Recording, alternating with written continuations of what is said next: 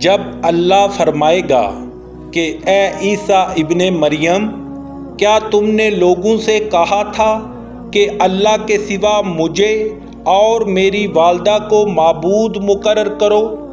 وہ کہیں گے تو پاک ہے، مجھے کب شایع تھا کہ میں ایسی بات کہتا جس کا مجھے کچھ حق نہیں۔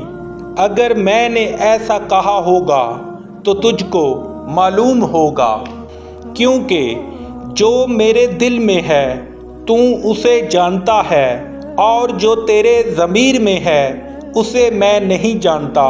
بے شک تو علام الغیوب ہے، میں نے ان سے کچھ نہیں کہا بجز اس کے جس کا تو نے مجھے حکم دیا، وہ یہ کہ تم اللہ کی عبادت کرو جو میرا اور تمہارا سب کا پروردگار ہے۔